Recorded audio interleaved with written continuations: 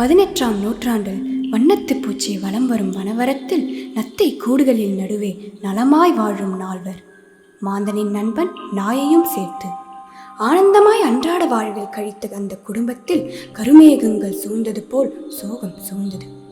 உடல் நலம் குன்றி தன் உயிரை மாய்த்த நாயை கண்டு அனைவரது கண்களிலும் கண்ணீர் வெள்ளமாகியது. ஜீவனற்ற உடலை தன் கரங்களில் சுமந்து நல்லடக்கம் செய்து மீளா சோகத்துடன் வீடு திரும்பினான். வீட்டின் வெளிப்பகுதியில் வெறிச்சோடிய விழிகளுடன் கண்ட சிறுமியின் கண்களில் அதிசயம் தோன்றியது.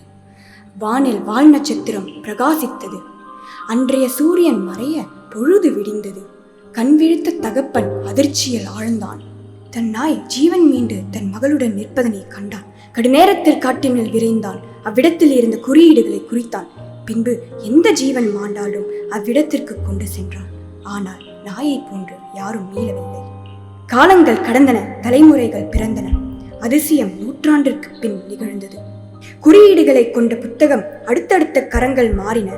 இறுதியில் அதிசயத்தை எதிர்நோக்கி காத்திருக்கும் என் கரங்களில். நீங்க கேட்டுட்டு இருக்கிறது 93.3. இன்னைக்கு நாள் ரொம்ப ஸ்பெஷலானது. 100 வருஷத்துக்கு அப்புறம் இன்னைக்கு துருவி வால் நட்சத்திரம் தோன்ற போகுது. மக்கள்லாம் ரொம்ப எக்ஸைட்டடா இருக்காங்க. ஹலோ, நீ சொன்ன இடத்துக்கு வந்துட்டோம். எங்க இருக்க?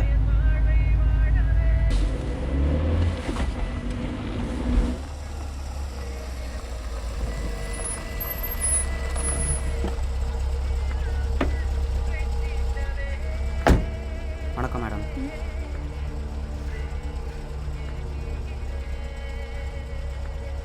போலாம்.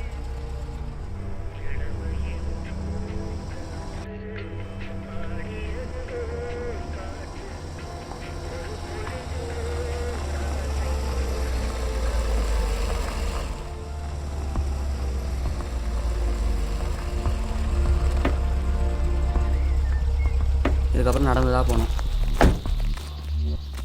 வாங்க.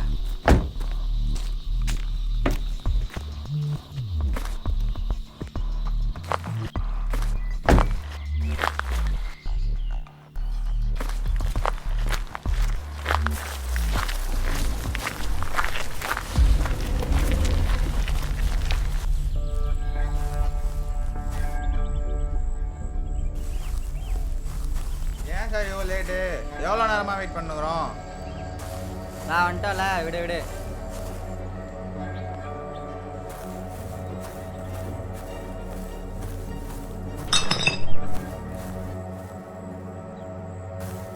என்ன நடக்குதுங்க?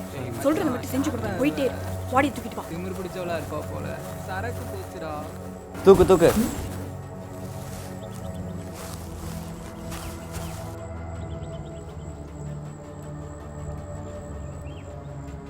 இத்தனை வருஷமா இந்த நாளுக்காக தான் காத்துட்டு இருந்தேன். பாட்டில் லிஸ்ட் வேலை பேர் காசு வாங்குனீங்களா? டேய், நீ யாரு? துருவி நட்சத்திரம் 100 வருஷத்துக்கு அப்புறம் திரும்ப வருது.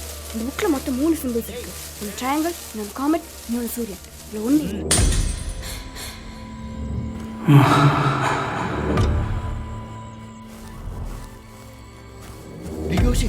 டேய் டேய் டேய் நில்லுங்கடா.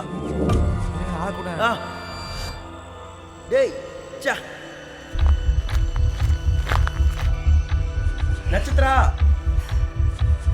ஏய் வா வா போயிடலாம். இரு இரு, இது புடி. என்ன பண்றது தெரியா? மாட்டலாம் அவ்வளவுதான். வா. ஏய் இரு. வா சொல்றல.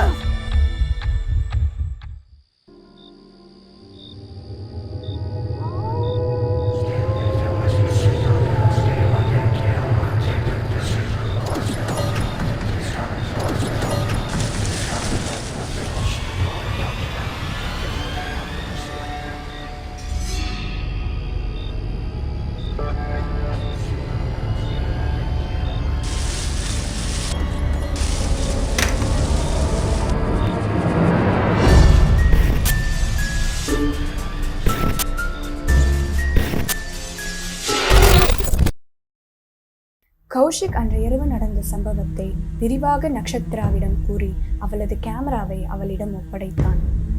அதை அவள் பதிவு செய்து கொண்டாள். மீண்டும் துருவி நட்சத்திரம் 2123ஆம் ஆண்டு பிரகாசிக்கும்.